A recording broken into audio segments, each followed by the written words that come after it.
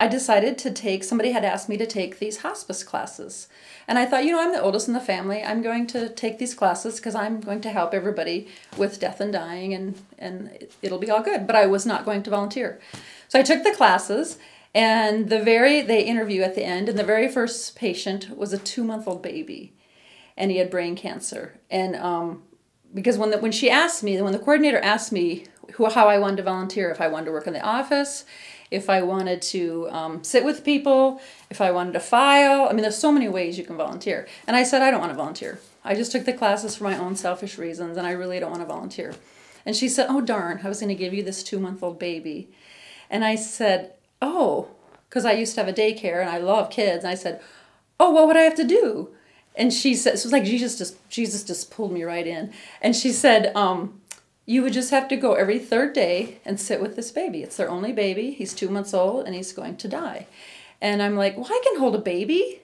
And so I did that. And what happened is, you know, I would come in and just bring joy to the mom, like whether it was just a simple smile, a simple hug. I would love her baby, and that's all she wanted, was somebody to love her baby. And that went on for 18 months, and they asked me to be a pallbearer. And that was hard, but I felt like I was carrying this baby to Jesus, which is very, I mean, how fun, how wonderful, how joy-filled. So then it went on to more stories of, I get a lot of kids with hospice, and I had an 8-year-old just a couple years ago, and I would go to his house every day and just play with him, bring him some joy. Well, he loved these little Legos, and I don't like those Legos. And so one day I show up, and on his kitchen table, he has like 7 stations, and he is determined to teach me how to build this Legos. And so I'm like, okay, we can do this. So he's helping me, and I'm struggling, but he's having the best day ever because he's the teacher, and he's doing something wonderful, and we're not talking about him dying, we're talking about him living. And his grandpa shows up, and he looks at his grandpa, and he says, she's not very good.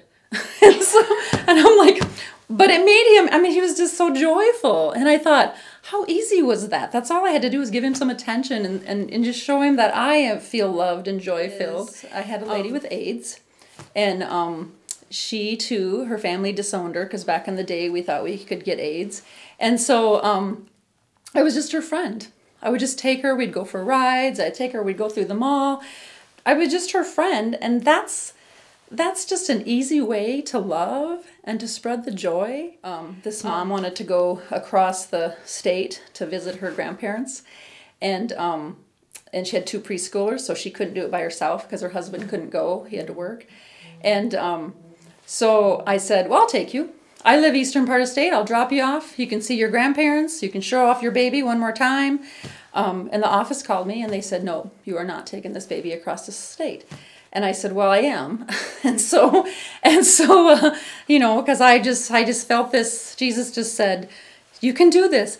But the joy in that trip was I was driving her Suburban. The 2 preschoolers were in the middle. She was in the back holding her baby because her baby was very fussy, so she couldn't be in the car seat.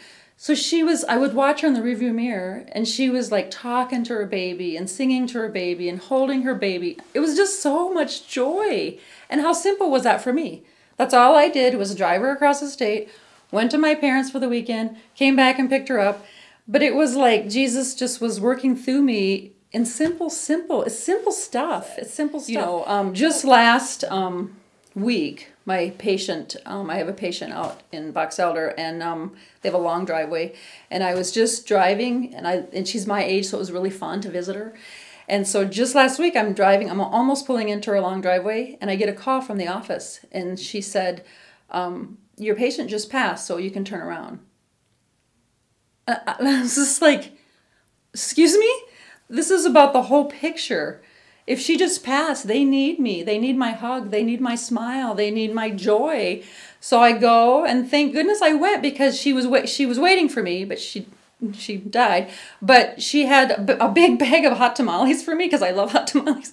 So, I mean, you know, her husband got to give those to me, and then I got to be there for him and her sister while the funeral home came. I mean, that's tough stuff. I didn't say anything profound. I didn't do anything profound. I was just there, you know, giving them a hug, smiling, saying good job, you know. It's really simple, but we make it hard.